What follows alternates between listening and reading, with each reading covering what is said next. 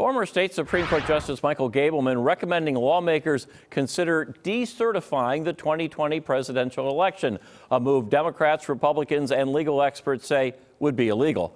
Gableman releasing that report today, and as Fox 6's Bill Miston reports, it drew real-time criticism from Democrats and Republicans. Bill joins us live from Madison. Good evening, Ted. That's right. Gableman's report also calls for the removal of the state's election administrator, the dissolving of the Wisconsin Election Commission, and that lawmakers should consider, as you said, decertifying the 2020 presidential election results, a move that Republican lawmakers say they won't do. Former state Supreme Court Justice Mike Gableman's report focusing on millions of grant dollars for get-out-the-vote efforts, the majority of which went to Democratic cities like Milwaukee, which have been ruled legal. He calls it bribery. I don't have a dog in this fight. I just want the truth. The investigation started by Assembly Republicans, despite numerous challenges and rulings that President Joe Biden won the state and no evidence of widespread fraud. The report's been delayed for months and been subjected to criticism from both parties. I believe the legislature ought to take a very hard look at the option of decertification. Assembly Majority Leader Jim Steineke rejecting the idea outright, tweeting, "Still not legal under Wisconsin law," calling it a fool's errand and a focus on the future. Wisconsin Elections Commission Chair Ann Jacobs tweeting, "It's impossible, not legal." That is a debunked legal theory that he's now trying to breathe new life into.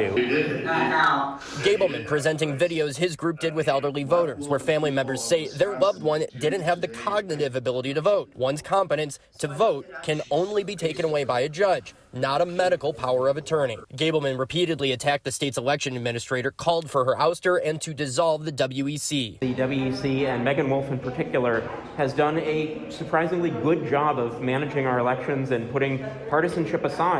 We need politicians in this building to put partisanship aside and let the WEC do their job. Gableman says he hopes his taxpayer-funded contract will continue. Part of an ongoing discussion that will not end today.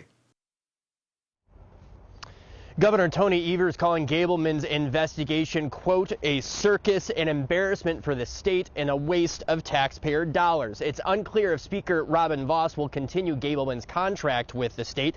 Today, Gableman gave non-answers when asked about the status of his contract with the state and his conversations with Speaker Vos. That contract that Gableman has with the state ended in December. Reporting live in Madison tonight, Bill Miston, Fox 6 News. And quickly on Vos, he hired him. Is he talking about the results? What we do know is that messages have been put into Speaker Vos's office. I do believe that there is a statement floating on about what happened today in that committee room, but still no definitive word from Vos's camp on that report. Bill Miston reporting live. Thanks.